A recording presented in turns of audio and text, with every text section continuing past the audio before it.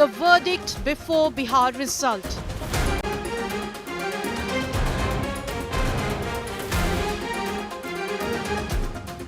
Who is smiling? Who is in sorrow?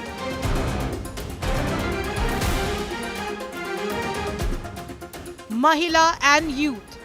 New MY factor.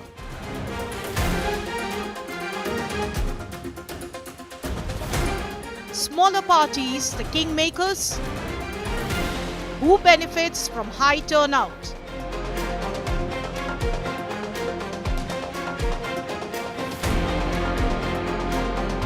Decoding the exit poll verdict.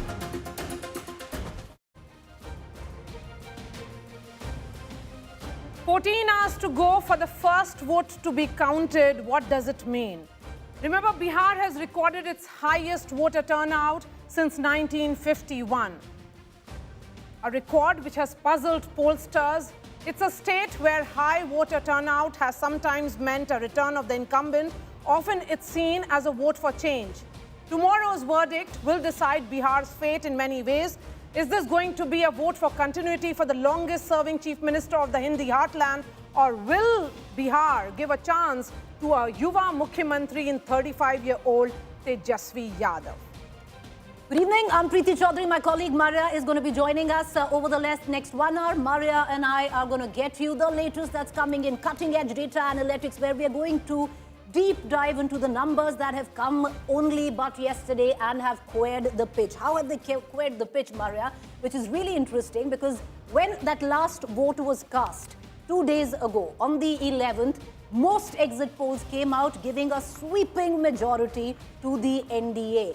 But yesterday, Access My India poll has queered the pitch. It's one of the most banked upon polls, sought after polls, and that poll seems to suggest that it's not going to be as easy for the NDA. Directionally, yes, they say NDA will form the government, but does show a tight contest. What we're going to do over the course of the next 2 hours, viewers, we're going to break down the various X factors of it, jump into micro data, analyze scenario after scenario, and also what really that high bumper voting turnout meant.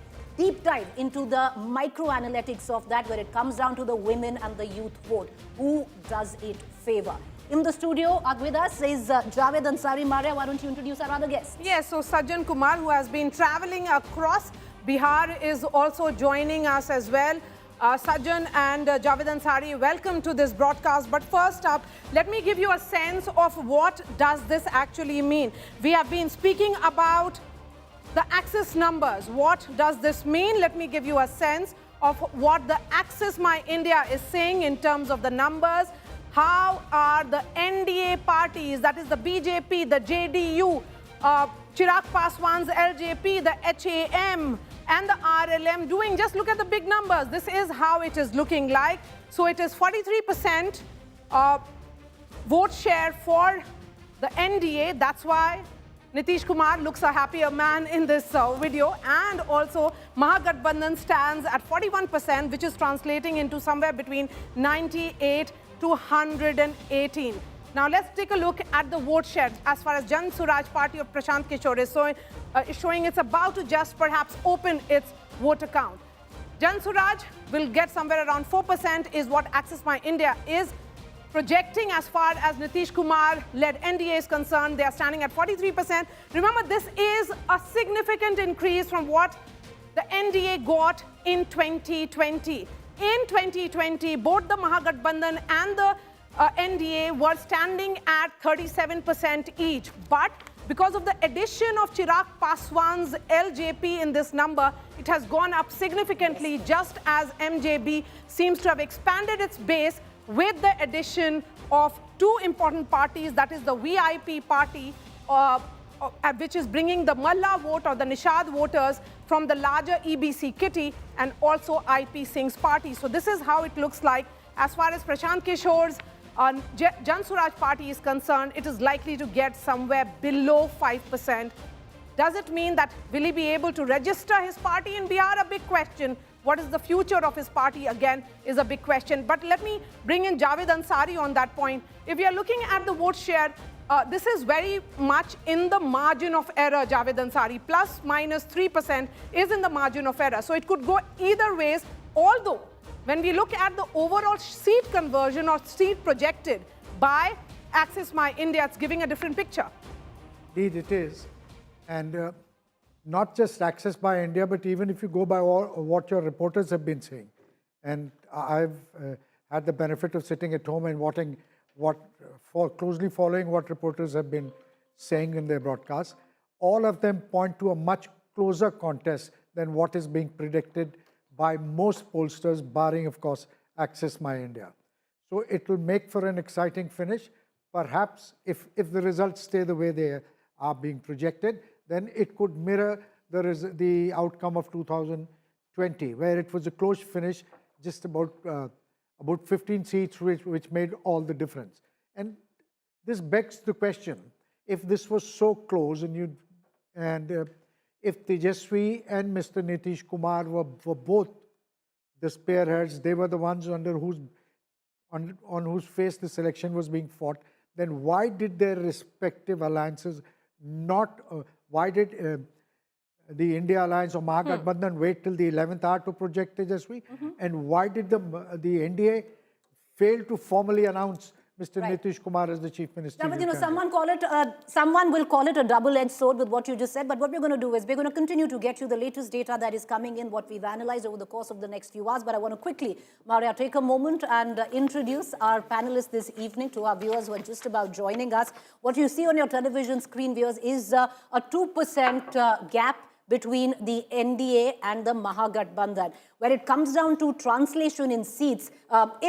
And we'll put out the translation of seats on what is the projection by Access of My India. Just switch to translation of seats, and you'd actually see in that data point there that it's just where the NDA is concerned, 121 to 141, and the MJB 98 to 118. If the scenario plays out where the NDA comes and meets its lower end and the MJB at an higher end, then we are in for a contest. Otherwise, it's game, set and match where it comes down to the NDA. Cutting across to our panelists, Muhammad Ali Ashraf Fatmi, Senior Leader, RJD and former Union Minister joining us.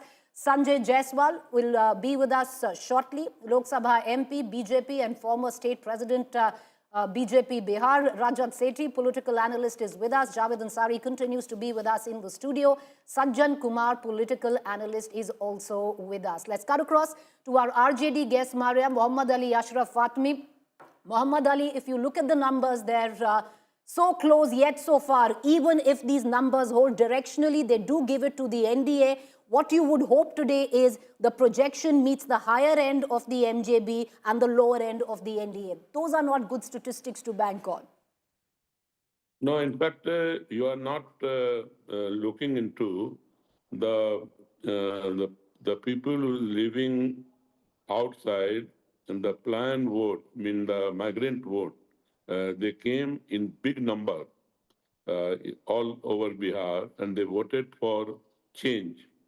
They don't want to go back to any other place other than Bihar. They want to be in Bihar, and they voted for Tejashwi for change. Because Tejashwi Fatmi साहब, आपने ये कहा कि ये vote for change है और आप लोगों का पूरा कैलकुलेशन माइग्रेंट वोटर्स की तरफ जा रहा है, लेकिन अगर ओवरऑल मार्जिन देखा जाए उसमें percentage of women voters high है, और विमेन वोटर्स अगर हम लोग बात कर रहे थे जमीन पर जाकर के महिलाओं से, उनका तो व्यू अभी भी वही है कि नीतीश कुमार ने ये दिया वो पूरा गिना देती हैं और यही बोलती हैं कि आरजेडी के टाइम पर जंगल राज था, सिक्योरिटी का इशू था। कोई गरीब आदमी नहीं बोला होगा ये बात। ये अमीर लोग जो बीजेपी के वोटर हैं, लीडर हैं, वही इस बात को बोलते हैं। जो गरीब हैं वो जानते हैं कि लालू का राज, राबड़ी का राज, गरीबों का राज था, और गरीब लोग को उसमें उनका अधिकार और राइट मिला। वो था, वो जो पहला जो थी लड़ाई, वो सामाजिक न्याय की थी, अब आर्थिक न्याय की लड़ाई है। चलिए वो तो कल वो पता चल जाएगा फातमी साहब, वो तो कल पता चल जाएगा when that last vote is counted कि किसकी लड़ाई है और कौन जीता इसमें। पर एक हमारे साथ बनी रही है, because ultimately viewers, I want to just cut across to, like I said, our election intelligence dashboard. We've been pointing out you have only one place to turn to when it comes to data analytics, and it is India Today. Because one thing, Maria and Javed, both of you in the studio with us, we've been discussing over the course of the last 24 hours, needs to look at very closely is the voter turnout. Is it a trend which is pointing towards pro-incumbency or anti-incumbency? And for the first time ever since, viewers, ever since independence, Bihar has not voted in the kind of bumper voting percentage that we have seen. So see right from there, 2010 to all the way back till 2025. It's 67% where the voter turnout is concerned. Now, let's micro-analyze this data where gender comes into question and project it vis-a-vis with what Access My India, and that's going to be our reference points for this bulletin, in terms of where gender comes into question, which side gender has tilted towards. The last time around, many thought it was the Mahila vote which had counted and made the NDA win. This time, some say that we are, possibly the vote was undercounted, the Mahila vote last time. Is it being overcounted this time? We'll get down to what Access My India has predicted, but let's look at the gender turnout there. And you see a whopping difference between the male and the female turnout where gender comes into question. And it's only the gap has been widening ever since 2010.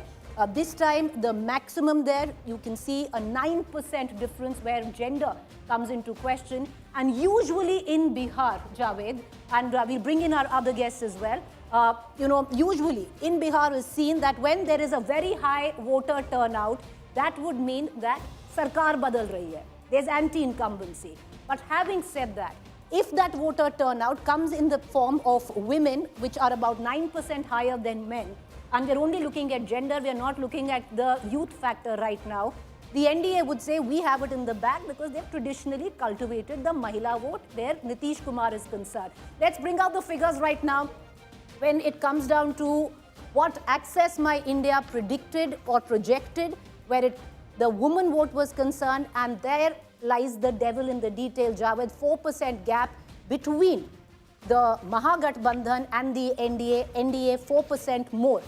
Women have polled for the NDA, while the gap is just 1% where it comes down to men, and MGB has the advantage there. Yeah, so conventional wisdom, and if the past is anything to go by, would suggest that usually the last turnout means that people have voted against the incumbent, voted against the sitting government. They want to vote out. That's what has happened largely. But in this case, there's been a surge as far as there's a big difference between the women voters.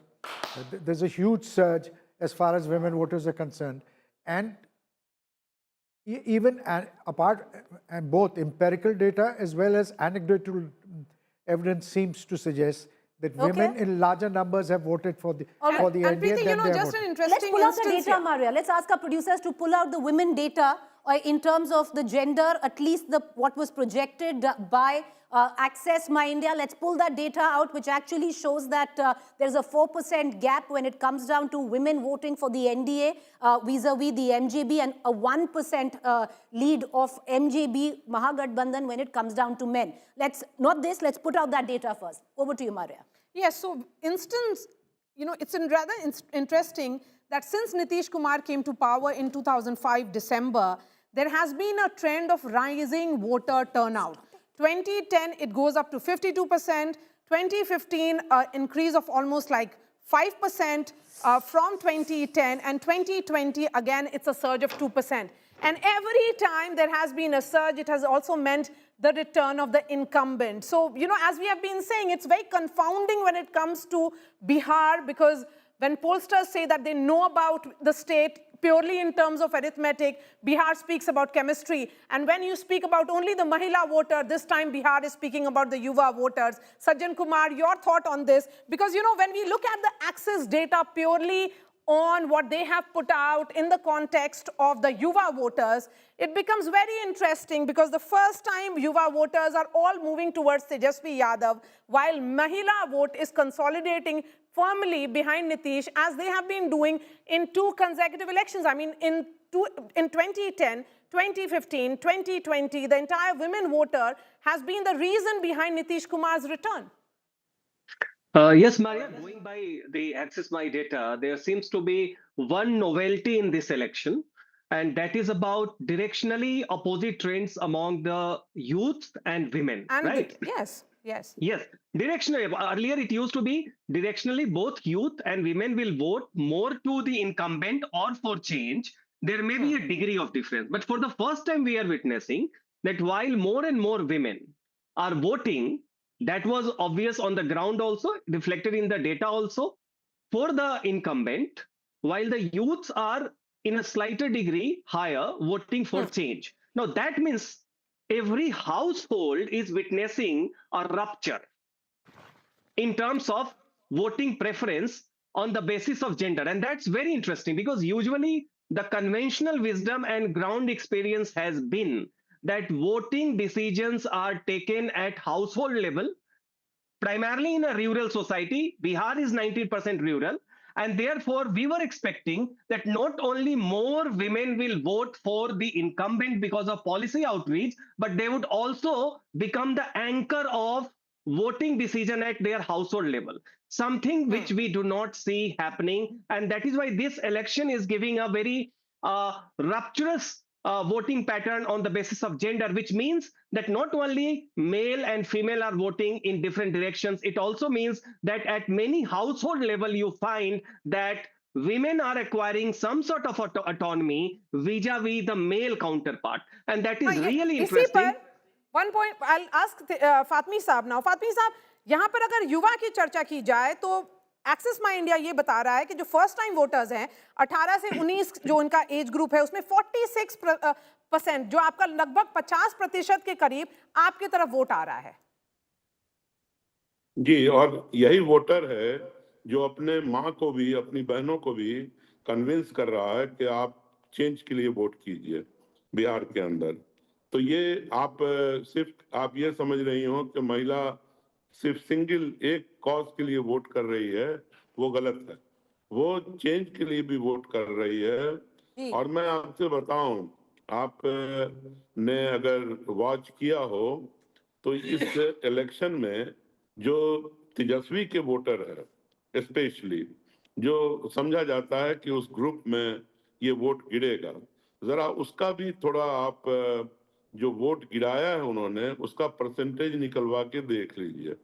आपको मालूम पड़ेगा कि पिछले लोकसभा के मुकाबले में तकरीबन 10% vote in लोगों ने ज्यादा गिराया।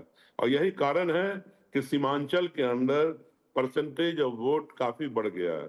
अगर आप दूसरे इलाके को लीजिए और से जहां ज्यादा बड़ा है, जहां कम हुआ है, उसको कैसे डिसाइफर करना है वो बहुत मुश्किल हो जाता है क्योंकि ये मल्टी लेयर्ड कॉन्टेस्ट है। पर आप कह रहे हैं जो 19% सर मैं अभी उसी की बात कर रही हूँ कि जो प्रोजेक्शन है, एक्सेस माई इंडिया का प्रोजेक्शन है 18 to 29 years of age, उसमें बहुत सारे नए वोटर हैं, उसमें आपकी महागठबंधन की 19% लीड है। ये मैं एक्सेस माई इंडिया वो हम we can play those graphics there where there is a 19% lead of the youth between the age group of 18 to 29 years for in favor of the Mahagathbandhan. That is what's projected vis-a-vis the NDA. I want to bring in Rajat Sethi into this conversation. Rajat Sethi, the RJD would have us believe that this 19% will weigh over and compensate for that extra 4% that you are getting in terms of the woman vote. Do you concur? Preeti, wishes can be horses till tomorrow morning, and we can all be riding it. But there is no point doing a guess game. We can all have a nice sleep and get up early in the morning so that we can all be in the studio and deliberate over it. But having said that, let us only go and understand what are the fundamental things which don't change. First thing that doesn't change, and it has been tested by several researchers, is that higher voter turnout is necessarily anti-incumbency. There is absolutely no scientific data to say that higher polling percentage is necessarily because of anti-incumbency. So we should not even delve on that question.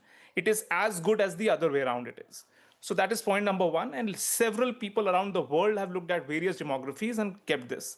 Second thing, you're trying to make a claim around youth. And this is again going by Access My India data. what we have understood is that yes, youth and the first-time voters, just like in 2024 election, the youth, the first-time voters, this age bracket between 18 and 29, have not seen UPA years. They've not seen Lalu years. They have just heard about it, and it just has gone beyond their even realm of imagination. Forget about a lived experience. And this is where they don't understand what a Lalu Raj or what an RJD Raj is going to look like. Apparently, this is where they've gone in with a promise that Tejashwi has brought into the table, that he will give jobs. And I think job remains an issue number one, agenda number one for everybody who's coming out of school, coming out of college. And I believe they have been swayed and they've been successfully fallen for that narrative. It's interesting, Rajat. We are talking about unemployed and employed youth, and that's where, again, Tejashwi is scoring to NDA. And I'll ask the producers to now play that on our big screen here. When we look at this data, let's take a look at this data, which is now again being projected by Access by India. In terms of the unemployed youth, Mahagathbandhan is likely to get around 49%. Just look at this data. 49% that's coming from the unemployed youth. Does it mean that they believe in what all of us were questioning, that from where will Tejashwi Yadav get that 2.5 crore government jobs? That was the big question that was being asked by opposition and by all of us, that have you made that calculation? Tejashwi, did you do that calculation? I'd asked him myself in that interview that I did. So there is that gap of 15% where the unemployed youth are believing that Tejashwi Yadav perhaps will be able to deliver that number. Again, if you look at the students, Tejashwi is scoring a significant number, 15% gap between the NDA and the Mahagathbandhan in that category as well. But if you move towards the skilled laborers, skilled professionals, and even the labor, that's again the gap. So overall, if we were to look at it, Preeti, and you'll put out the other set of graphics, that it's becoming clear that in among the youth, Tejashwi Yadav's Mahagathbandhan have more traction. I did meet a number of youth from the Bhumiyar community. It is always believed that the upper caste will not give Tejashwi Yadav a chance. They were ready to believe his promise of 2.5 crore government jobs. Just look at this number again. We have been saying, is Bihar a pro-incumbent state? Is Bihar a state that believes in status quo-ish? We do not believe in too many changes. There is a state which gave 15 years to Lalu Yadav, 20 years to Nitish Kumar. Just look at this. 1967 onwards, incumbent Congress government voted out. That is the percent, only 7%. 1980, you have the Janata Party government voted out, 6.8%. 1990, that is when the era of stability in many ways begins in Bihar, when Lalu Yadav's tenure begins and the tenure of Janata Dal. Preeti, over to you. The big numbers again on Bihar's per capita income. Right. You know, it's interesting, viewers, and we're going to hark back. So Maria just gave you, the data points in terms of whether a surge in voter turnout really means a pro-incumbency or anti-incumbency. But right before that, with what we've been discussing, the Mahila vote and the youth vote, it's a double-edged sword this time. The MOI factor has changed, cliche stand into Mahila and youth. And if the Mahila edge belongs and is standing besides the NDA as per projected data and the youth with where it comes down to the Mahagathbandhan, the beauty of our election intelligence dashboard is that in terms of data slicing, it can give us greater context. We're talking about a state where 60% of Bihar makes less than 6,000 rupees a month. So just chew on the fact that if a woman per household has been given 10,000 rupees, what that could actually mean. But that woman who makes that 10,000 rupees is also a mother of an unemployed youth. Just look at the per capita income and you'd understand, why there are layers between layers when it comes down to this election. Income below 40,000 per annum, 81 seats out of 243 seats. The income on these seats largely stands at 40,000 rupees per annum per household. Last time around, NDA 153 out of those seats, MGB just 27. Income between 40 to 50,000, 113 seats. Last time NDA 150 and the MJB 57. high, 49 seats where income above 50,000 per annum, 19 and 30. Now look at this in context, viewers, where you have the NDA where the income is below 40,000 rupees, so there is a trust factor. So will that 10,000 rupee play in Sajjan Kumar, which has been given to the Mahila, or will the restive or the restless youth vote matter and count more? Preeti, if you go by the numbers, certainly the most poor segment, as the data also shows, be it about the Mahadalits, be it about the EBCs, right? They have been a constituency nurtured by Nitish Kumar. So this is one. So directional clarity, as your political intelligence data shows, is there in favor of the incumbent when it caters to the lowest economic strata, right?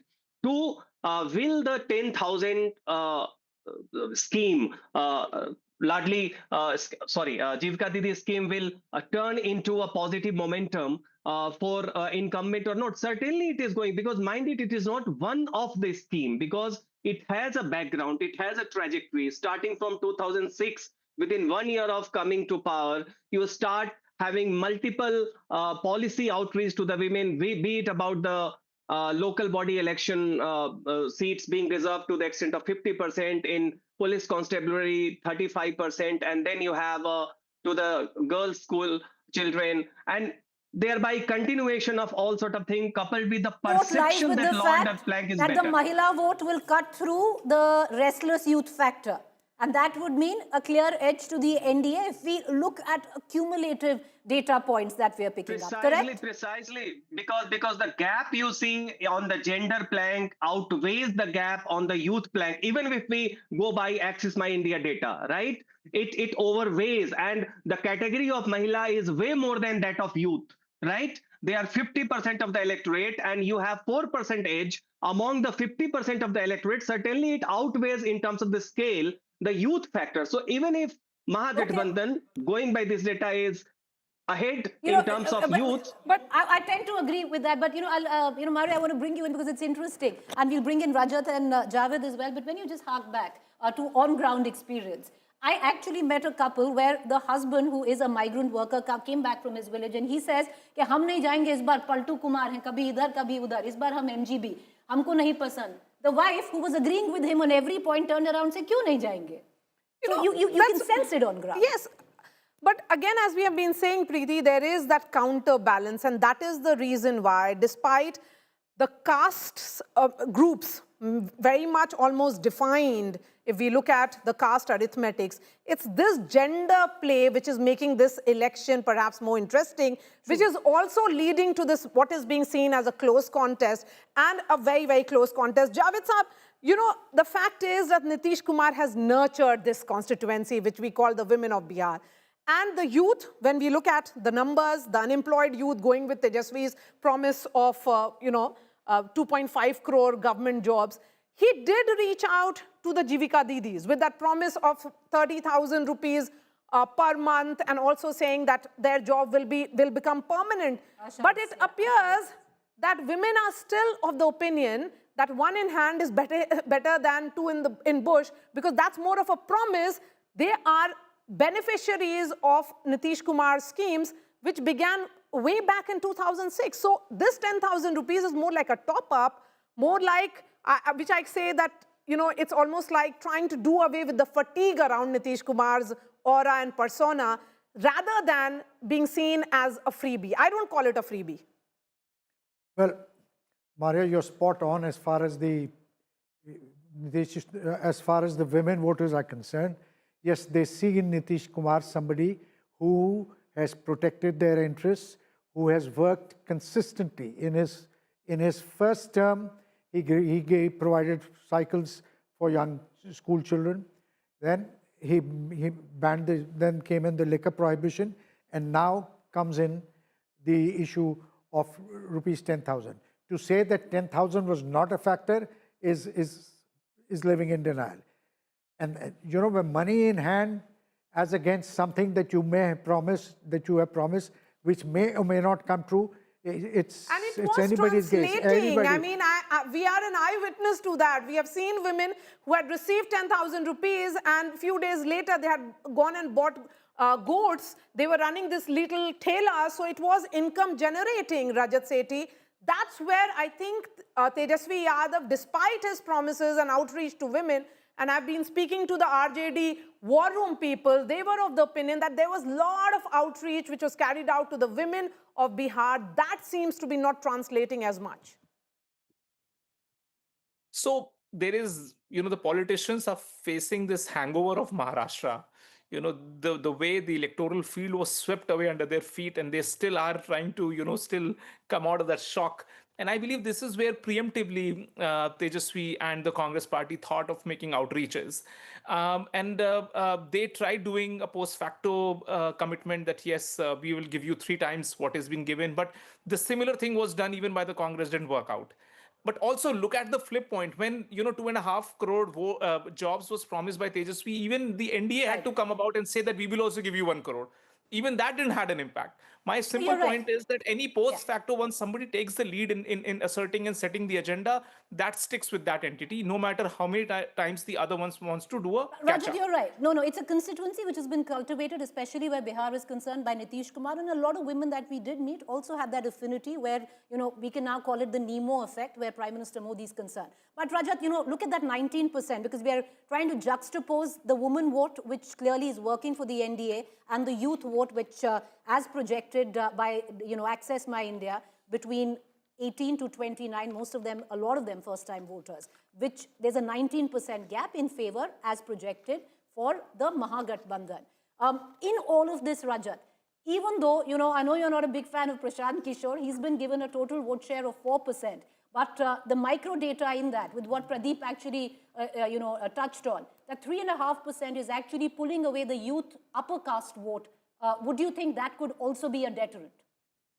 100%. There is no doubt about it. See, pick the issue on which Prashant Kishore actually hit the streets. The singular issue was BPSC issue. When BPSC students were protesting on the streets, he tried to champion that cause. So he was seen somewhere there. So whatever little vote share that Prashant Kishore is able to attract is this upper caste youth, which is not getting employed, is desperate to climb up the economic ladder, and that desperation is creating that pull. And the youth, Rajat, that would have never voted for the RJD, but has found an option today in a Prashant Kishore. So this is the reason why BJP was also very wary of Prashant Kishore, and while Prashant Kishore was attacking Samrat Choudhary and the BJP wasn't attacking with the same vigor to Prashant Kishore, because if you attack PK more and more, he becomes a potent third front and takes away more votes, more seats, or more votes out of the NDA, which doesn't serve the purpose of the NDA. And this was a singular reason why BJP played it low and allowed the megaphones of both the RJD on one side and Congress on one side and Narendra Modi on the other side to occupy the electoral space and let it drown out. And this is where Prashant Kishore and Jan Suraj wasn't seen in the last 10 Maria, 15 going to take days. some more graphics, but Maria, let's introduce Rajdeep Sardesai is with us. Rajdeep, the last half hour, we've been, of course, trying to decode the voter turnout, the bumper voter turnout, anti-incumbency favoring or pro-incumbency, and also the micro-detailing, Rajdeep, of the Mahila youth factor. Where do you stand on it? Before that, I must say, Rajdeep, the OG of election coverage, there's nobody who can come close to you, sir. I've seen you since 2005, and it's been 20 years. You continue to enamor, and there is always a lesson every time you're on ground zero. No, you're being very kind, Maria. By the way, you saw me when I had already become middle-aged. आपने हमको हमारी जवानी में देखना चाहिए था. ये तो आप 2005 की बात कर रहे हैं. Ironically, the first election I did for TV was Bihar 1995. The first election I ever did was... Rajdeep, Javed is also with us. Javed is also with us, and he's saying he remembers you in your Javed. That's right. Rajdeep, we go back a long time. Achha, so chalo. And 1988 was the first election I covered, which was an interesting one, 88-89, a municipal election where the BJP and Shiv Sena came together for the first time. So much water has flowed under the bridge. But to answer your question about this turnout, I've been looking at history. If you look at history, there have been 5 elections that have been won by the party in the opposition when the turnout in Bihar has gone up. So this would suggest to some that a high turnout usually indicates anti-incumbency. The last time this happened in a way was 2015, but that was a unique election where Nitish and Lalu came together to take on the might of the BJP and won. There is no empirical evidence in this country to suggest that high voter turnouts suggest anti-incumbency or low voter turnout suggests pro-incumbency. All that used to be talked about 30 years ago. It no longer is. I think what you have is a much more empowered electorate, an electorate that actually does believe that their vote makes a difference. What is true of India is the more affluent you are, the less inclined you are to vote. So a Malabar Hill, for example, in Mumbai doesn't vote as much as, let's say, a distant suburb of Mumbai or even Dharavi will vote. In Bihar, I think, if you look at these numbers, you will see that in rural areas in particular, people have come and voted in large numbers. Patna has among the lowest voter turnout, 55%. But just go into rural Bihar and the voter turnout is all exceeding 70%. Now, it's clear that women have come out in large numbers, but so have men. You see, what is making this election complicated, it's not as if only women have come out in large numbers. Men have come out in large numbers, Yuva have come out in large numbers. If the exit polls of the likes of Pradeep Gupta... We've detailed what you're speaking of into the Mahila vote, which traditionally stands with the NDA, and what has been projected by Pradeep Gupta's numbers, a 4% advantage there to the NDA. The youth, especially where it comes down to 18 to 29 age group, a 19% advantage to the Mahagathbandhan. Who do you think will prevail between the two? Look, my own belief is youth also includes women. So it's not that everyone between the age of 18 to 29 is male. That's one thing that's very clear. I believe that the youth vote tends to be a little more split, and we've seen that in the past because the youth, some are very angry and therefore because of lack of jobs may well vote against the government. Some are restless, but there are also youth that we've seen who tend to vote along caste identities. There is some evidence to suggest that when it comes to women, there is an increasing possibility of gender trumping caste. It may not be immediately visible, but if you look anecdotally as well as through empirical evidence of 2015 and 2020, when there were when women voters really asserted themselves, go back actually to 2010, Nitish Kumar could not have won 2010 with the kind of majority he did, over 200 seats, unless gender and indeed other issues trumped caste. In 2015, there was a backward consolidation versus forward. In 2020 is where we saw splintering on all counts.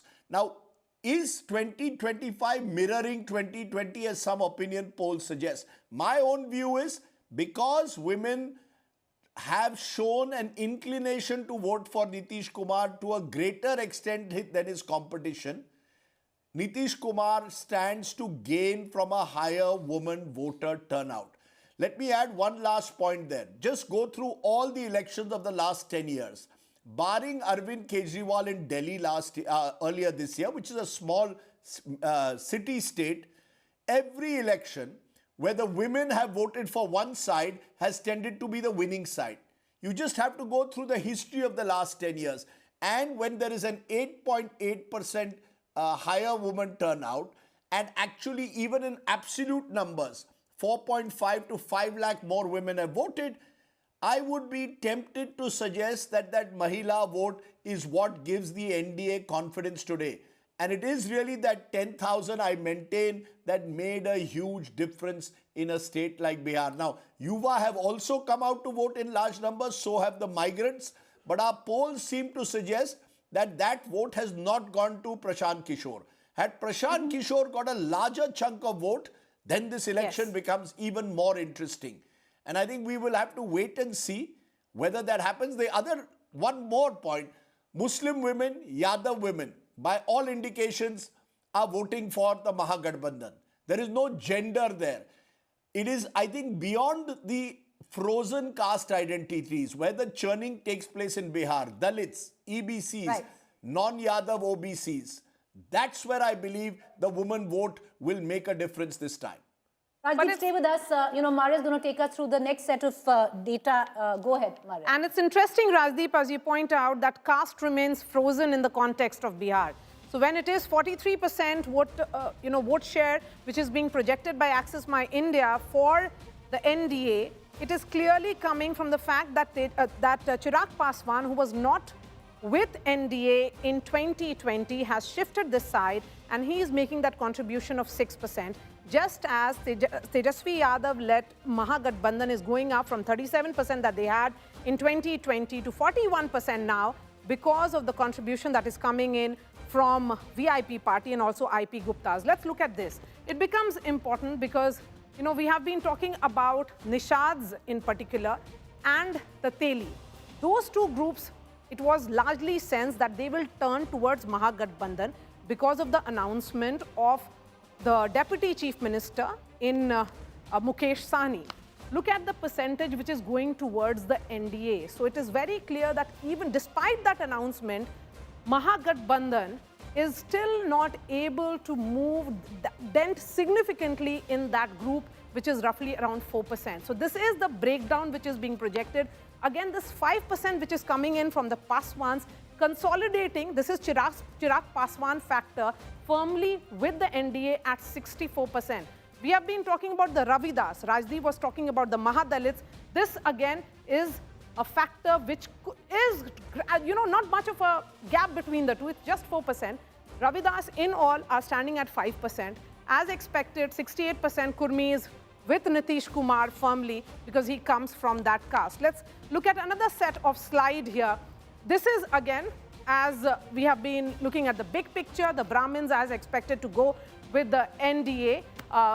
This again, Koiri Kushwaha, 4%. We are looking at the larger from the EBC. We have brought down these groups further broken down because the EBCs in Bihar, which is the extreme backward classes, are around 26%, minus the 10%, which is of the Pasmanda Muslims, which is the backward among the Muslims, which is again a constituency which was created by Nitish Kumar when he came to power for the first time in 2005. So again, if you look at the numbers, not much of a surprise. Caste remains frozen in Bihar. It's largely the factor of the Mahila and the Yuva. Rajdeep, so I'll bring you again here. Okay, again, let's take a look at some more smaller parties. We have been talking about them. Is there some further split among them? So just look at this number. MIM did well, particularly in the Simanchal belt in 2020. They won 5 seats, of which 4 MLAs had switched to the Mahagathbandhan after the victory. And their projected vote share this time around is going to be 5%. Jan Suraj somewhere around 4%. There's an error there. I think it has to be switched. It was 5% in 2020 and 1% then 1% projection here. That's so when we look at the VIP again, it's in 2020. Remember, VIP was with the NDA. This time they are with Mahagathbandhan. They are likely to win somewhere between the same number of seats, 3 to 5. Preeti, over to you. But before that, let me ask a quick question to Rajdeep. And then, Rajdeep, caste remains frozen. So it's clear that despite all the calculations, Tejashwi Yadav is not able to move beyond the traditional caste groups, despite that experiment that he had in naming the Deputy Chief Minister in Mukesh Sahni. You see, caste is frozen and yet not frozen. Let's be very clear and let me explain how. 2015, Nitish Kumar, when he aligned with Lalu, the caste groups that were supporting him also shifted with him and were happy to join hands with Lalu Prasad. No one spoke then of Jangal Raj. You just mentioned someone who's an interesting figure. Indrajit Prasad Gupta, or IP Gupta as he's known, and his party, the Indian Inclusive Party, IIP, sounds very well. Now, his claim has been that he wants a separate quota, possibly within the scheduled caste, if not among the EBCs, for his Tanti Pan community, a quota within a quota. It's a small community. Some figures give it about 1.5, maximum 2%, but it's spread out over a large part of the Gangetic Plain. These are people who grow vegetables. Now, someone like IP Gupta, can he bring his vote bank with him? Because every 1% adds up.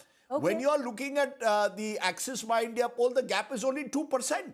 If Rajdeep, I IP Gupta apologize, can I'm bring coming his in, caste group and with you him, can come in right in 20 seconds, because waiting for us, and he's on a clock, is another Gupta ji.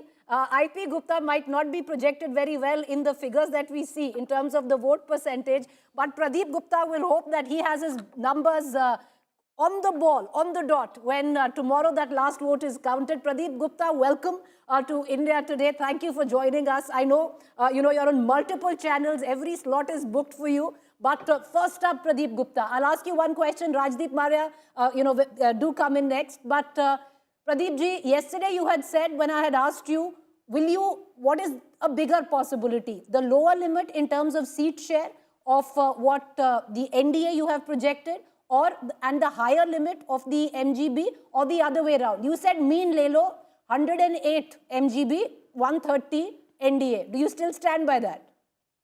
Yes, I do stand by that. And the possibility we are discussing here, so I would quote 5 by 95, 5 for the 121 and 95 for 141.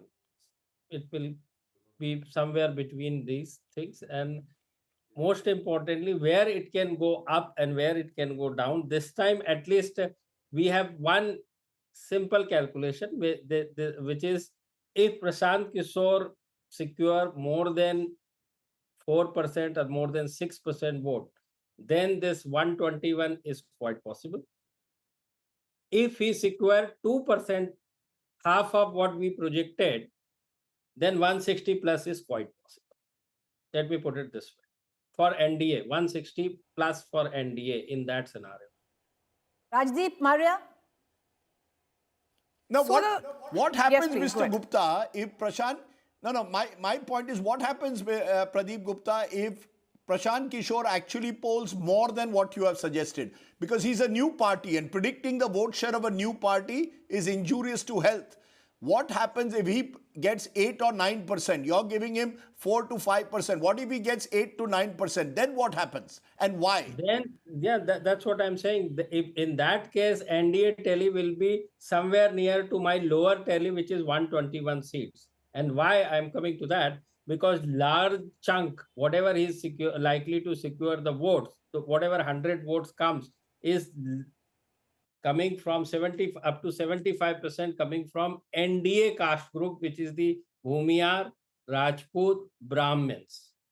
This is coming from. So this is the precisely reason why the moment Prashant Kishore start scoring high, it is more denting to the NDA, less to the Mahagathbandhan. In fact, benefit for the Mahagathbandhan, because MY, which is the larger constituency for the Mahagathbandhan, holding 32% of that chunk, the MY chunk, only 1 and 2% is likely to get among those community. Only 1 to 2%, and the Muslim 2% is also from that Jokihat. Can I? Which one is where the Muslim candidate is contesting, and that is the one seat which is you can say that is likely to win. No, the reason I'm pushing you on that, if I look at Prashant Kishore's candidate list, he actually gave tickets to all communities. He didn't give tickets only to upper caste. He actually tried to make himself lead a rainbow coalition, as he called it. Extremely backward caste, Dalits, Muslims, Yadavs, all given tickets. You're telling us that Prashant Kishore is only getting his votes from upper caste, irrespective of who his candidate is. Am I correct? No, Largely from upper caste. You are partially correct. I am not adding word only. You are adding word that only. I am saying larger votes is coming from the Bhumiyars, Rajput and upper caste. Larger, only no. Pradeep ji, my question would be about your Okay, so projection you're with saying- regards to Yeah, go the ahead. Yuva. Please go ahead. Pardon? Yes, my question would be with regards to the Yuva percentage which you have projected. It's coming to roughly around a gap of 15%, going up to 16 as well in certain age groups, 18 to 19 to 20 to 29. No. See, you'll have to see So the are you sensing? representation.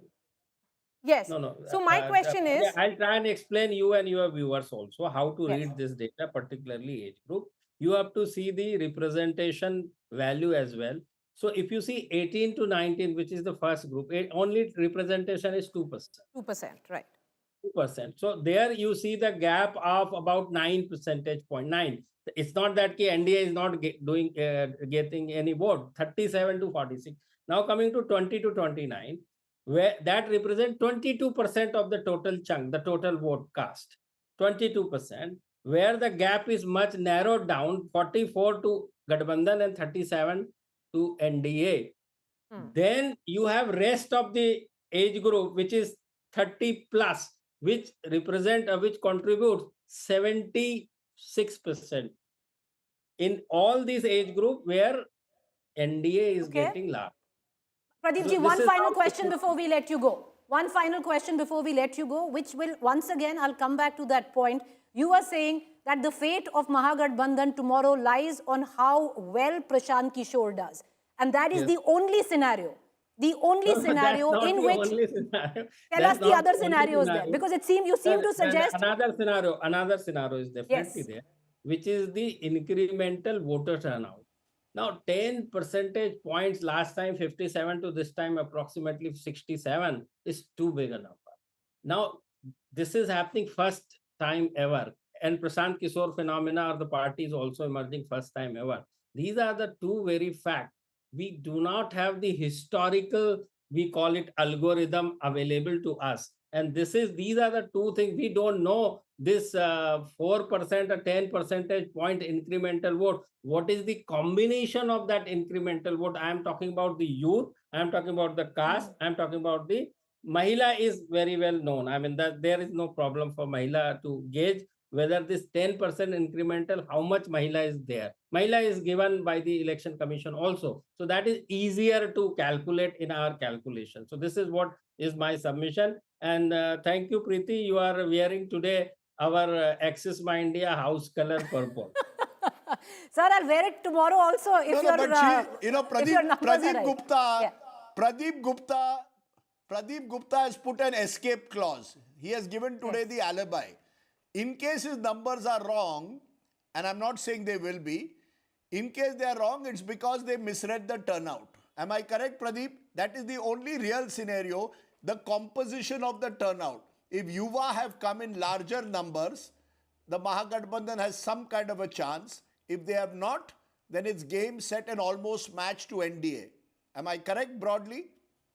Broadly, yes. And second is the Prashant Kishore thing, because that is also first time ever, right? So that is also another point. And Rajdeep, you particularly, Rajdeep Sardesai particularly, has to decide how and when to call poll right or wrong. That is very important. I will call it. You have given such a broad range this time. Rajdeep, there are cases, and I mean, whatever suits to, I say, whoever the commentator is.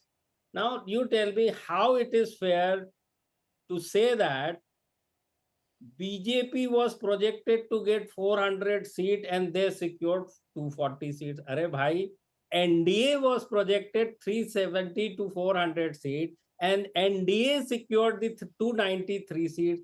How this is fair to say so? And NDA formed the government where the other... Then you say horribly wrong. What is this analogy, horribly wrong? I do admit when we are horribly wrong, which is the Haryana election. We are horrible. Not a single... Okay, I'm going to leave it there. I'm telling you, Preeti, Maria, you can take it you, over. if we have projected 141 for the NDA, and if NDA secure 160 plus, you will say Pradeep Gupta is wrong. Chaliye, Pradeep ji, I know you have other channels to go for. No, I won't say that. You have other channels to go for. So what Rajdeep, more or less, Pradeep ji said is, it's NDA's game, set and match, but two caveats, two factors. One is Prashant Kishore and the other one is voter turnout, which has been unprecedented. Yes. All right. Let's leave it at that. Thank you for joining us. We're going to go into a quick break. Back. Yes, go ahead, Rajdeep. Make your point. Make your point, Rajdeep. Make your point, Rajdeep. There is a song. We love to hear you. A song. We love to hear you. Rote hue. You know, Pradeep Gupta and I have a love for Hindi music. Pradeep Gupta ke liye gana. Rote hue, aate hai sab. हंसता हुआ जो जाएगा वो मुकद्दर का Sikandar Because you see, he's either going to cry tomorrow or he's going to laugh. But मुकद्दर का सिकंदर है. Who knows what tomorrow dance brings. with Rajdeep Sardesai. अच्छा, Pradeep ji, now you have to answer. Okay, I will do it. You have to answer. 1 second, Rajdeep. Let him also rebut in a song. जाते जाते क्या rebuttal होगा गाने पे? अरे गाने पे rebuttal क्या होगा? जो राजदीप ने कहा सही है, हकीकत. That's the I mean truth of the life. कि रोते हुए आते और हंसते हुए जाएंगे और हंसते हुए प्रदीप गुप्ता जरूर जाएगा. This much I can tell you for sure. Arey sir, nobody is going anywhere. We'll see you tomorrow. I'm blessed by God that I have never ever had any kind of problem whatsoever. Whenever I feel bad, we could have done better. That is where I feel, some kind of a disappointment. Otherwise, I have no problem at all. Chaliye sir, we'll see you in all your colors, purple especially tomorrow. Thank you for joining us. Faces of Power, Hour of Truth.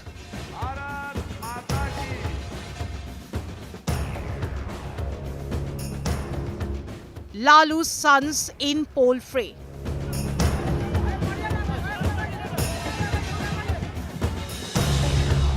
Tejashwi's gamble for glory.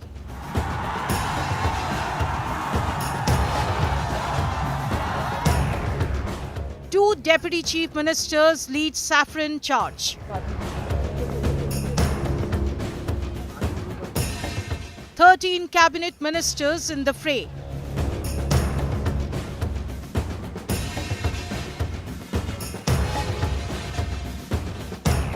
Maithili Thakur steps into politics.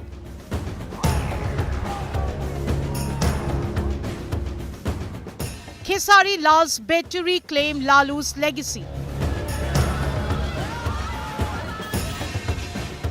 243 seats, infinite ambitions.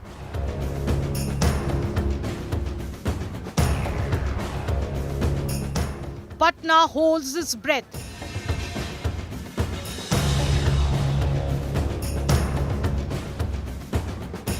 State of war, Bihar.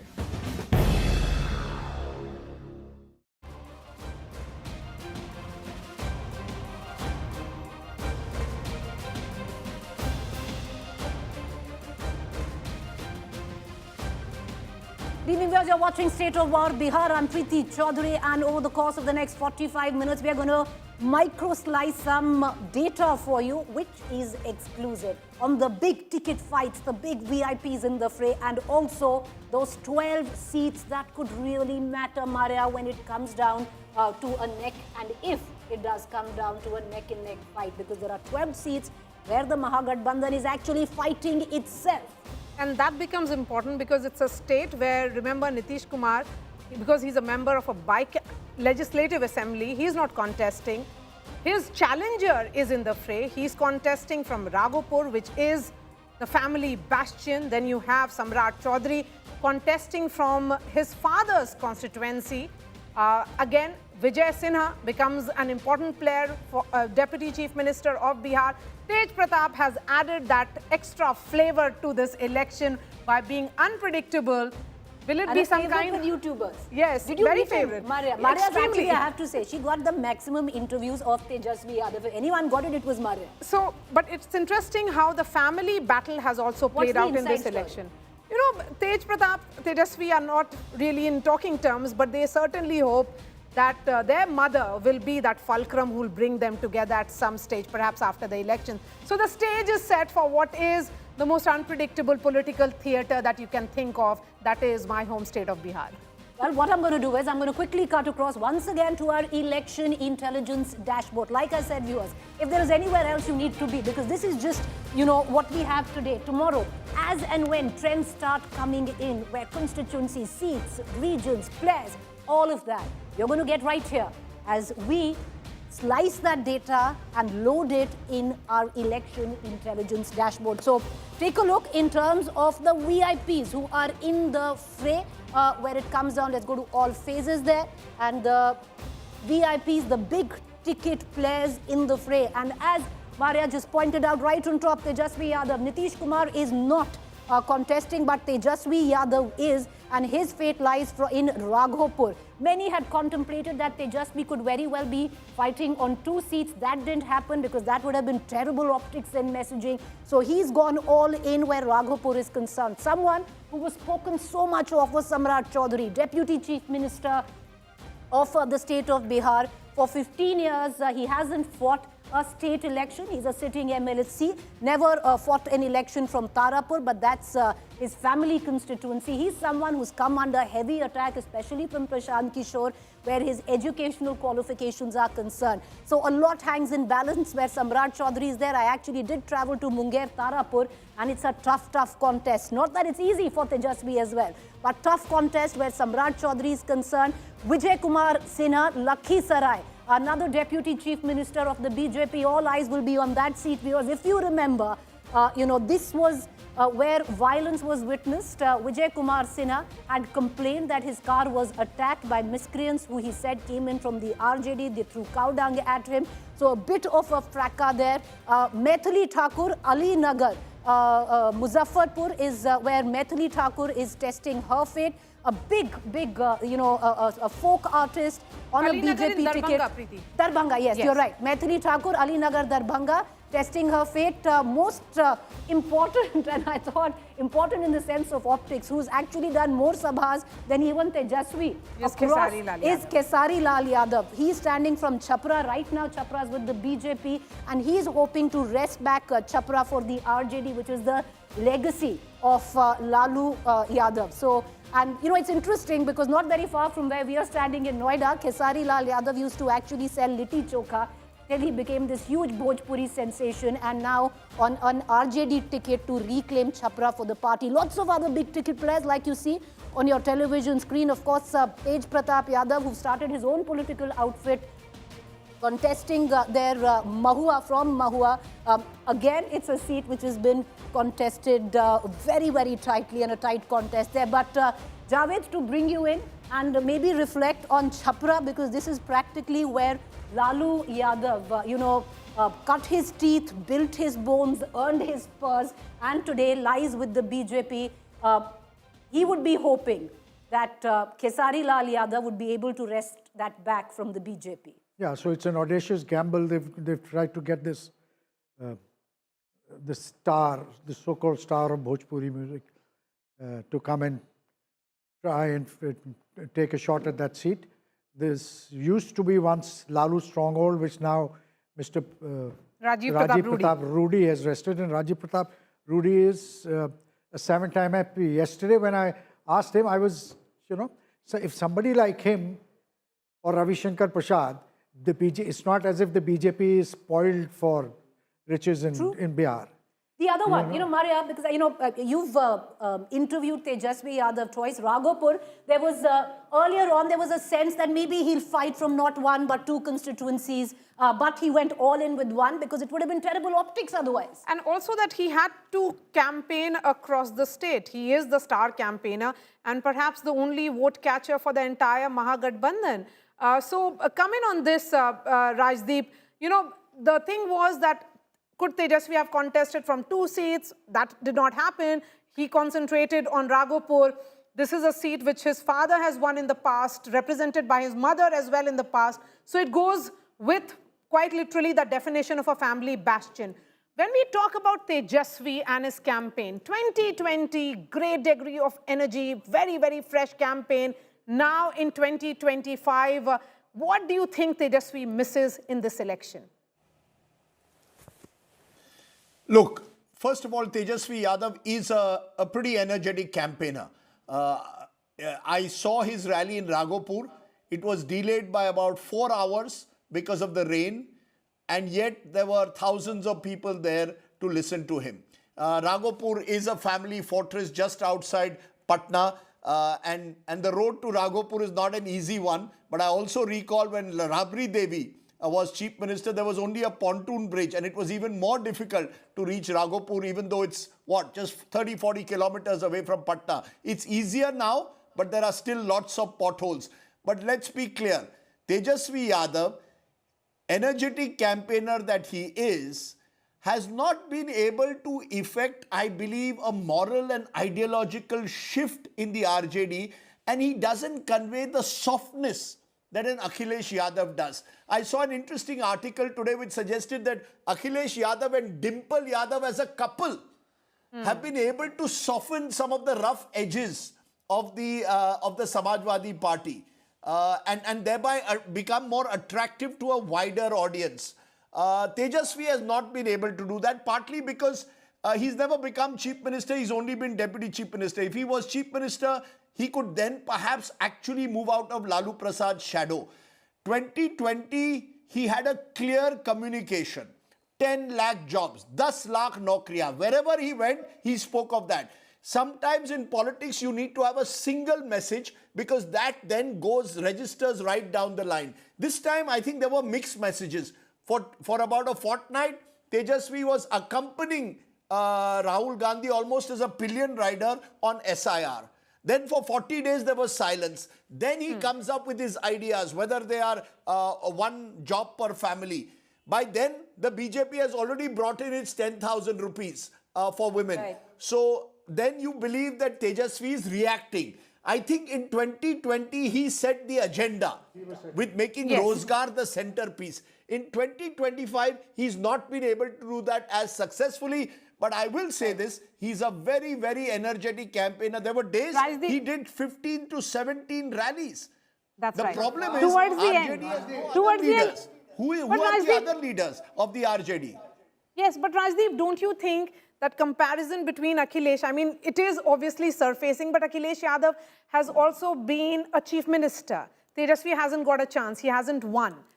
Akhilesh, unlike Tejashwi, doesn't have that baggage, which Tejashwi is finding difficult to shed.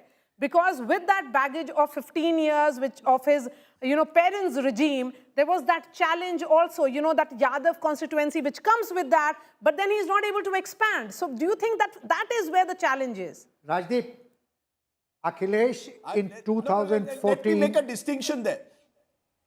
Can I come in? It's not entirely correct to say that, Akhilesh in 2014 fashioned that victory for the Samajwadi Party. He went on a statewide yatra.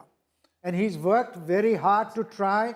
And he also came with baggages. Mulayam Singh Yadav's regime was known for this Yadavization, or for giving people with dubious records a lot of representation when it came to ticket distribution, etc. He made a conscious decision to break away. He's made a conscious decision to bring other castes into the fold, which, in my view, Tejashwi has failed to do that. Okay. Just stay with us, Javed. Rajdeep, what we also quickly move... Let me give you a... Make your point, sir. Let me give you an example. 2012, Akhilesh did the cycle yatra, not 2014, 2012. But there was importantly one seat where I think Akhilesh sent a message. You will recall DP Yadav was the boss man of Sambhal. And I remember Akhilesh Yadav saying, I will not give DP Yadav a ticket. It caused consternation within a large section of the Samajwadi Party, but Akhilesh held firm. And I think that those are the kind of decisions sometimes that you have to take. That you have to say, yes, I am the beneficiary of my father's inheritance, but I am going to take certain tough decisions. And some of those decisions he took in 2012, and then over those 5 years in power, consciously reached out to non-Yadav OBCs, organizing Sammelan, celebrating various leaders of other non-Yadav OBC groups. All of that helped him. He still was not able to defeat the BJP in 2017 and 2022 because the BJP also is a very, very powerful force in Uttar Pradesh. I believe Tejashwi in that sense doesn't face the same domineering BJP in Bihar. But you have to widen your base today and be seen to be doing so. One thing to his credit, he has dropped a lot of sitting MLAs. Just as friendly fights are the weakness of the Mahagathbandhan, dropping so many sitting MLAs gives them half a chance.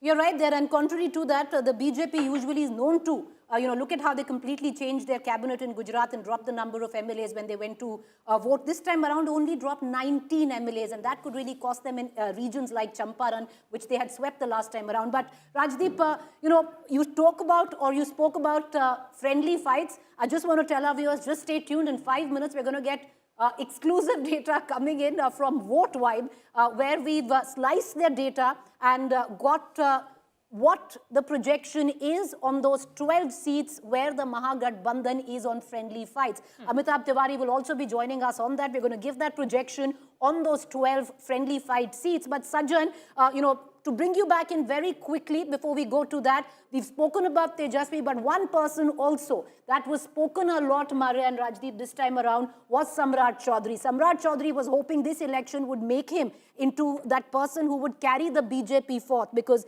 this is an election where the stalwart Sajjan who dominated the Bihar political landscape, it's the sunset election for them. It's also an election where the next line, which will carry forward Bihar's politics, will be bloodied in. And Samrat Choudhary was one person who thought could carry on the BJP's pitch in Bihar. That seemingly, in terms of perception, in terms of the attack from Prashant Kishore on his education qualifications, on certain criminal charges, is dented. Not only after Prashant Kishore's attack on Samrat Choudhary, if you see, he was projected precisely on the basis of calculation of caste and numbers, because BJP, Bihar is overwhelmingly OBC dominated, OBC plus EBC dominated state. And therefore, if you have to counter RJD dominated by Yadavs, then you need to project a non-Yadav OBC who is next populous caste, that is Kushwaha's around 5 to 6% as per the old census, right?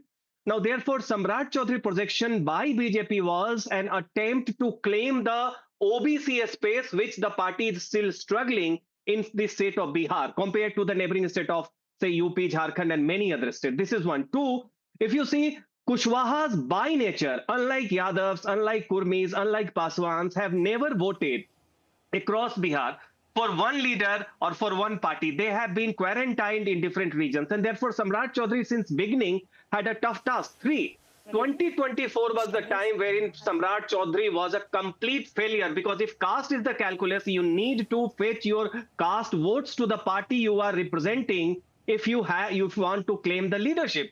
Now, 5-6 MP seats that BJP and NDA lost in Bhojpur, Shahabad and Aurangabad region was overwhelmingly Kushwaha significant. Kushwaha's presence was significant, and it was therein because of Kushwaha shifting to Mahagathbandhan that NDA lost. So he failed to deliver his own caste constituency to the fold of NDA, and then came Prashant Kishore. So whatever may have been the calculation by the BJP national leadership, certainly at this juncture, he stands discredited, not only in terms of personal qualification, educational qualification, but also in terms of his sheer colossal inability to transfer his community's vote to the fold of BJP and NDA. Still open to It would be very difficult, Sajjan, from here on for a Samrat Choudhary to get, be a player of contention, of leading the BJP's charge. That's quite improbable. But so, Maria will be the second deputy chief minister who's having a very tough time in Lakhisarai. Yes, absolutely. But Preeti, a word on Renu Devi. Rajdeep, BJP has had a woman leader in Renu Devi who comes from the backward classes, but she was not really given that place of pride. She could have been that counterweight for the Mahila voters, which always come in the name of Nitish Kumar. Do you think BJP is not investing enough in the Mahila faces that they have in their kitty? More than Mahila, Maria, my sense is that the BJP has been unable to do in Bihar what it did in UP in terms of organically building up an OBC leadership. आप किसी को ठोप नहीं सकते leader. Leaders have to come through the ranks, and the entire party and the existing hierarchies have to accept them. I recall in the 1990s when Kalyan Singh emerged as the #1 Neta of the BJP in UP, there was a lot of disquiet among the upper castes. You will recall how they eventually, some of them even rebelled against him, and he was virtually pushed out of the BJP. Now, the BJP has, to its credit, attempted to mandalize itself in Bihar. But for that, you need some kind of acceptance right down the line. That hasn't happened, which is why just appointing a Renu Devi as a deputy chief minister is not enough. You're going to have to accept the leadership of these individuals. That hasn't happened, and that's why Nitish and Lalu have an edge. They are regional leaders who've come through the salt of the earth of Bihar, the brothers Bihari, as my late friend Sankarshan Thakur called them in a book, and therefore they have an advantage over any leader who is brought in from above. None of the BJP leaders from the OBC communities have come from before. You're mentioning Samrat Choudhary. What's his past? He's someone who's been in the past in the RJD, has switched sides then to the JDU, and has also come into the BJP. How does he become a natural BJP leader? Superb point, Rajdeep. Just stay on with us as we bring in Amitabh Tiwari, founder Vote Vibe. We've also reflected his data, giving a clear edge to NDA, but not a very comfortable sweep to the NDA. Welcome, Amitabh Tiwari. What we've also done is with the data, Maria, that Amitabh has given us, and Rajdeep, you know, those 12 seats that we talk of, and let's put that in context where those 12 seats which are going on a friendly fight for the Mahagathbandhan. In context, juxtapose it with the entire margin of vote of victory. The last time around was less than 10,000 votes. You have 12 seats that the MGB Mahagathbandhan is fighting itself on. If it comes down to the wire, the MJB could possibly be kicking itself if you actually look at what is being projected, Maria, where these 12 seats are concerned. I'm going to actually take that on the big wall here, because these contests, are they weakening Mahagathbandhan's campaign and could perhaps swing close seats to the NDA? Let's look at these friendly fights that we are looking at. 12 seats in all. Which way are they going? Take a look at Vaishali. Both parties have strong candidates. In fact, RJD has fielded a Kushwaha versus a Congress nominee. Analysts are giving, in fact, it's Amitabh Tiwari who's projecting that it is RJD which is ahead. We are looking at Kahalgaon, again, interesting seat. This is a historic Congress bastion, and here there is a direct clash between Congress party's Praveen Singh Kushwaha versus RJD's Rajneesh Bharti, and NDA is likely to gain here because the vote is getting split. When we are looking at other seats, look at this, Bachwara. This is a Congress versus CPI battle here. This is playing out. It's a high-stakes battle because here CPI's Avadhesh Rai versus Congress Shiv Prakash Garib Das. This seat in 2020 had a razor-thin margin of just 484 votes, so less than 500, and hence it is looking like a 50-50 contest. Bihar Sharif is witnessing a Congress versus CPI fight, which is likely to benefit NDA. So in all, if we were to look at it, it is appearing not too good news for the other side. Although when I had asked that specific question to Tejashwi Yadav about this friendly fight, he said that could be a part of the strategy, something that the India parties did in the neighboring state of Jharkhand. Strategy, because the RJD versus VIP, the fresh data that's just coming. So this RJD versus VIP, we are looking at Gora Boram in Darbhanga. Initially there was a clash, but VIP withdrew its candidate in Santosh Sahni to support RJD leader Afzal Ali Khan after pressure for the unity. And then you have Kaimur seat, which is Chainpur in Kaimur.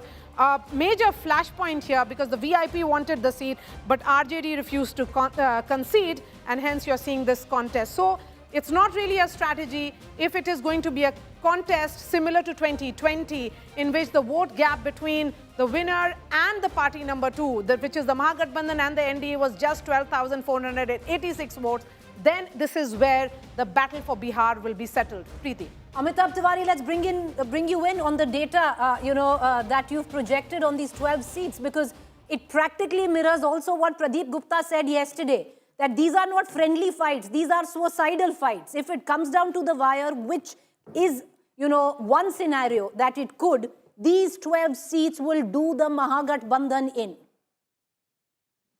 Yeah, so technically the Mahagathbandhan is contesting only on 228 seats because 12 are friendly fights and 3 candidates' nominations have been rejected, whereas the NDA, only 1 candidate has been rejected. So it's largely 228 versus 242. Now, I think Rajdeep would also recollect. Krishna Alavaru was there on his program, and he had also mentioned that this is a strategy. Some of it Strategic. is friendly fights, and some of it is strategic contest. So largely, we are saying that at the max, the Mahagathbandhan can win 3 out of these 12, even if we give Bachwara, which is a battleground seat, to the Mahagathbandhan. So essentially, if this is a strategy that you are trying to put the core vote block of the NDA caste candidate in either of the two parties, then you should have put all these candidates on all the 243 seats. Correct? Let's say an upper caste candidate from NDA, a Yadav candidate from Mahagathbandhan, and an upper caste from Congress. I mean, this is very theoretical sort of a strategy that an upper caste candidate, if you field from a Mahagathbandhan, will damage or neutralize the potential of the NDA candidate. So I think, yes, you are right. If the contest turns out to be very close, then these 12 seats could prove to be very, very costly for the NDA, for the Mahagathbandhan going forward. Rajdeep, what do you make of it? Because I was, Maria, Bihar Sharif Bachwara, 2 seats which would have gone in a whisker to the Mahagathbandhan. If there is a contest today and the Mahagathbandhan might be losing out, it is only the Mahagathbandhan to blame. These were traditional seats which would have been taken in a jiffy by the Mahagathbandhan. Rajdeep, suicidal strategy, you would think? Yes, in any friendly fight is only on paper. There is nothing like friendly fight in politics, particularly in a state like Bihar. In Bihar, once you're a candidate, you go into the election with all the fight that you can summon up. I think it shows the limitations today of the Congress in terms of its bargaining power. There was a time when the Congress could dictate terms, much like the BJP does today. It's not in a position to do that.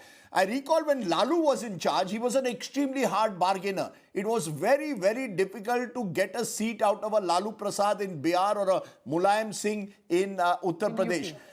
I think the mistake the Congress made is that there was 40-day window, both the Congress and the RJD made, between the SIR exercise and the announcement of the election should have been used to settle seat sharing disputes. Some element of give and take is required. The Congress has done it successfully to some extent in states like Kerala. Now, why can't you do it in Bihar? Because here you've got a dominating regional party which is not going to concede. You've got left with its pockets of influence.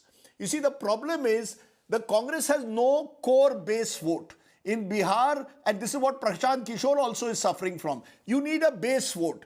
Yadav Muslim vote, upper caste vote, Dalit vote, as Chirag Paswan has among his own Paswan community. Congress has no base vote. When you come to the dialogue table with no base vote, then how do you negotiate hard? That's been the problem, and therefore as a last minute, you decided on a friendly fight. In my view, this is, you're absolutely right, going to be possibly an Achilles heel for the Mahagathbandhan and shows the limitations, particularly today, in the Congress party in its ability to dialogue and negotiate with allies. Does it also mean then, Sajjan Kumar, come in, that it's about a problem of the next generation? Perhaps Sonia Gandhi and Lalu Yadav had better equation and they understood the strengths of each other in the state and at the center. Lalu Yadav obviously did not negotiate or bargain in the Lok Sabha as much as he did in the state assemblies. That's where the issue is. It's about the problem of the next generation where Tejashwi and Rahul Gandhi may be seen together riding a bike, but when it comes to brass tacks about seat sharing, that's where they leave it to their other party players, and then the problem begins. Look, politics cannot be always about, politics of spectacles, politics of thrill. So when it came to spectacular politics like sending an image, signifying some big moment, then you find Rahul Gandhi, Tejaswi, they all come and join hands. But politics overwhelmingly is also about mundane everydayness, about doing the boring job that the likes of Lalu Prasad Yadav, Sonia Gandhi, the likes of Modi, Amit Shah, they are known to do behind the curtain, So this next generation is more about thrill in the sense that they need some big spectacle to announce to come to the fore, and that limits their accessibility to the rank and file. And in Bihar, it was quite known that Alavaru and Tejashwi were not getting well until the last moment. The meeting between the two leaders, one-to-one, was not happening, because you need some sort of personal chemistry to resolve this issue. That could have been the case. On the NDA side, you saw that Dharmendra Pradhan is coming, Amit Shah is coming. From other side, You're right Upendra there. Kushwaha. Sajan Kumar, the optics lay with the NDA, at least in this, but I want to bring in Amitabh as well back into this conversation. Amitabh is also on a clock. Vote Vibe, where he's launched with his data, has to continually go into other channels. So Amitabh, bringing you in very quickly before we also bring in Javed. I want you to take a moment to reflect on what you found on ground. A lot has been made that there was a lot of friction between the MGB components. RJD was not getting along with the Congress. The Congress was not getting along with the left parties. There was a lot of friction on ground, and I saw that in Bachwada and in Bihar Sharif, where practically the cadre would come out and say, "Ke juta chappal chal raha hai." But having said that, was the vote transfer, Amitabh Tiwari, seamless where it came down to the JDU and the LJP? Because a lot of JDU cadre also seemed to suggest we'll pay back LJP in the same coin of 2020. If you see the weak link in NDA kitty is largely the NJP, HUM and the RLM. They are contesting on 40 seats, but 30 of those contests are against the RJD. And on, I think, 19 of those seats, there are RJD sitting MLAs. So what is happening is also that whatever projections we have made or we've seen across other exit polls, if you ask what are the big risk factors to that projection, one of them will be the risk of seamless vote transfer between JDU and BJP also, and JDU and LJP. Because JDU and LJP suffer from a traditional deficit because of this Mahadalit and Dalit category creation, or the Mahadalit category creation by Nitish Kumar, which led to almost half of the vote share of LJP. And then you have this JDU versus BJP, in a sense that JDU not being announced as the CM face, Nitish Kumar. This also may impact some of the vote transfer between JDU and the BJP at the ground level. Also, the Muslim community, which is supporting JDU in some seats, largely because of the Mahila Rozgar Yojana, that same level of enthusiasm is not seen amongst the Muslim Yadav women when it comes to candidates being fielded from the BJP.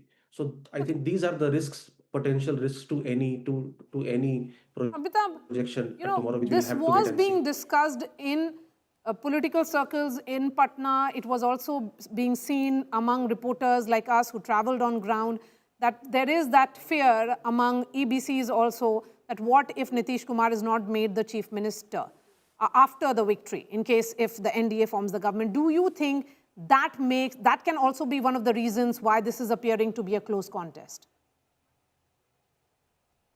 See, essentially, I think the BJP and the JDU top leadership at least have tried to manage it well, because the top two have not declared Nitish clearly as the CM face, largely to keep the 1/3 BJP supporters who do not want Nitish as CM happy in their camp, because there is a threat from the Jan Swaraj party. But what is also happening is that the JDU leadership never openly challenged this.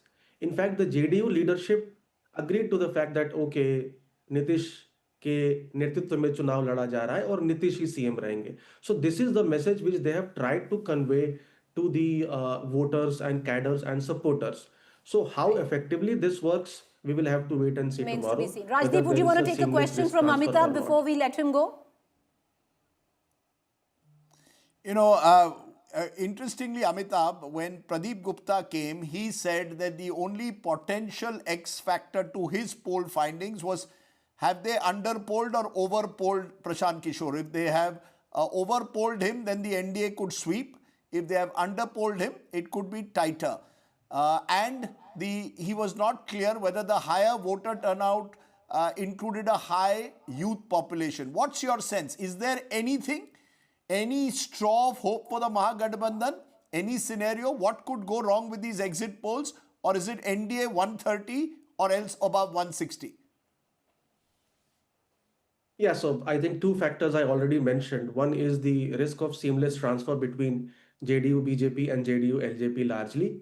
The second is the extent of alpha which pollsters like us are assuming or we are getting in respect of the male lead for the NDA, rather the female lead for the NDA, which is 10% in our case and even I think 5% in case of Access My India. So if this female lead is lesser, then it poses risks. And the third, of course, is the vote share of Jan Swaraj, which is currently at 5% in our projections. So if this increases, then what happens is that the close contest seats, which are 83 in number in 2020, where the margins was less than 5%, and both Mahagathbandhan and NDA won 37 and 38 each, these could then turn to be decisive. So it all depends on largely these three factors.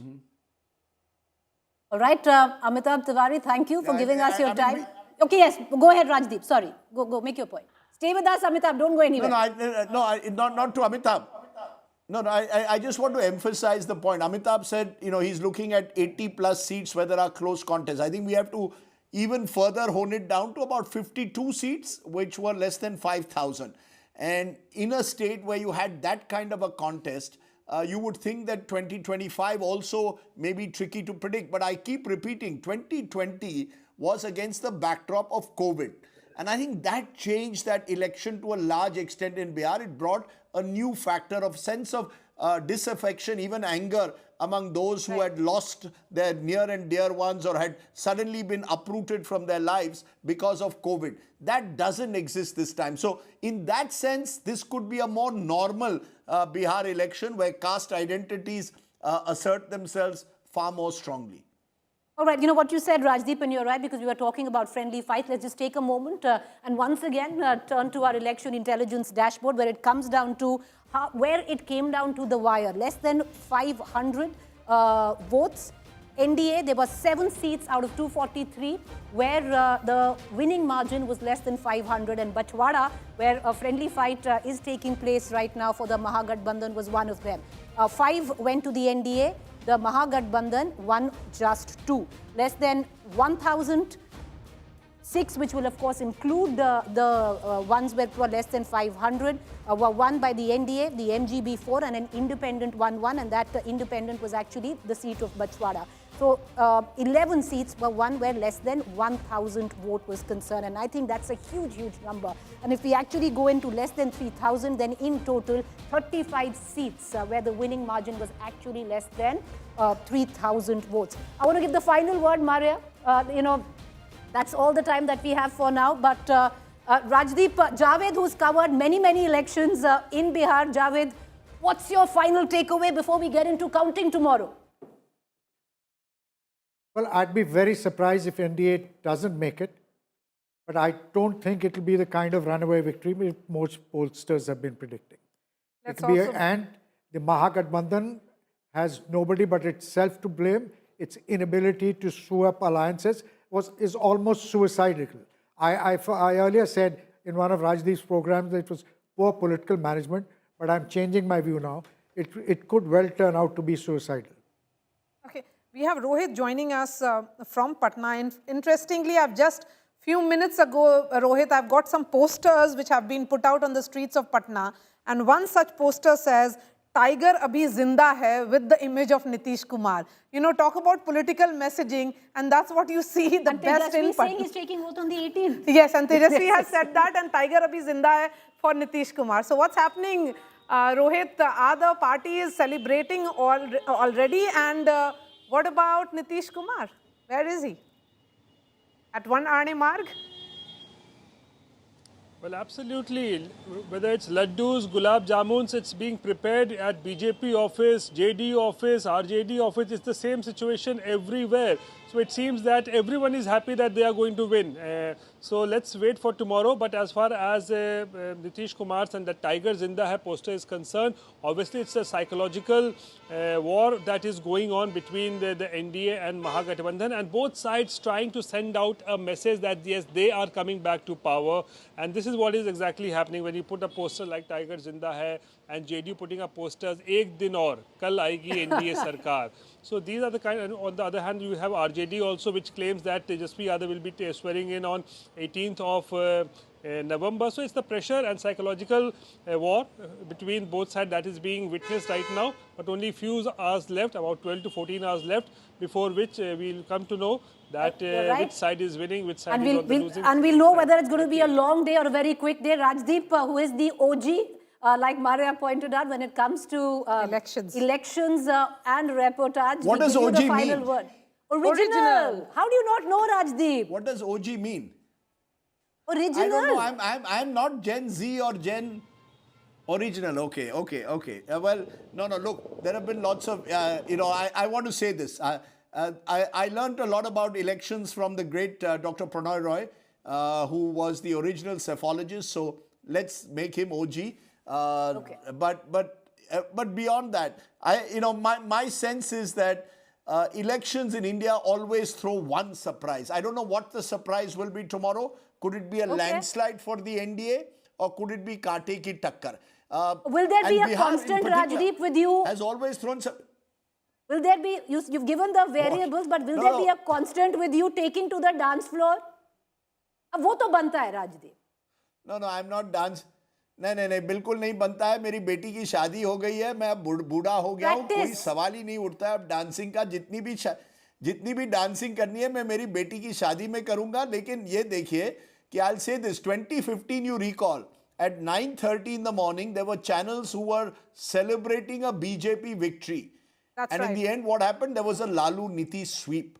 In 2020 most of the exit pollsters said Tejashwi Yadav is winning, including our friend Pradeep Gupta. What happened? The NDA came through, and there's a lot of suspicion what happened post 4 p.m. in that election. Right. That for another day, someone needs to investigate. Now in 2025, all the polls directionally are saying NDA win. But ये बिहार है, और बिहार में जब बाहर आती है, who knows which direction it goes. From the ancient times, Bihar has always been known to surprise, and I have no doubt that tomorrow you will see one or two surprises. Having said that, I still think that the MY, Mahila and Yuva will decide the fate of Bihar. And it's about Tiger Abhi Zinda hai. You can actually say that about yourself as well. He says it also. अरे मेरे दोस्त मारिया, ये dialogue मेरे दोस्त सलमान खान की कोई picture थी, tiger, where he was tiger. We are all self-styled tigers. When I'm at home, I'm a pussycat. My wife runs the show. When I'm in the studio, I try and remain a tiger, but tiger अभी थोड़ा बूढ़ा हो गया है, लेकिन अभी भी जिंदा है. Stereotypical चीजें once again. Okay. No, but you know this is similar to the stereotype which is associated with Bihar. That every food is about litti chokha. It's not that Biharis wake up in the morning and start having litti chokha. Well, all I'll tell you is I love the Thekua. Rajdeep, your election, I love Thekua. I came at the time of Chhat. You give us your food, which was the best thing you've eaten. My vote goes to Thekua. अरे यार I am a confirmed non-vegetarian, which explains the state of my health. आप जाके एक अच्छा Champaran mutton खाइए. This time I had onja mutton, which I think is made in a pot, but it was excellent. And I had a nice. Tomorrow I am told that a Maithili thali is being prepared for all of us. Okay. So whoever wins, I can promise you, you will not be left with an empty stomach, and we will give you lots of trivia, factoids, and all the things that really make election coverage. Tomorrow, बहुत मजा आने वाला, and there's a contest. I want to tell you, every hour, this is a reminder to our viewers, every hour we will put a question. Whoever answers the question is going to get a LED TV. So there is plenty to look out for. कौन बनेगा करोड़पति छोड़ो, कौन बनेगा TV पत्नी is what we are going to show tomorrow. All right. We look forward to that as all our viewers. And you all know there's only one place that you need to tune into, and you can see it on your television screen. Those four faces will deliver cutting-edge data analytics, the news which comes in, verified, fact-checked, and the sharpest, quickest leads in election. Thank you, all of you, for joining us. Rajdeep, Gaurav, Maria, and I will see you in the studio tomorrow, 6 a.m. Join us there.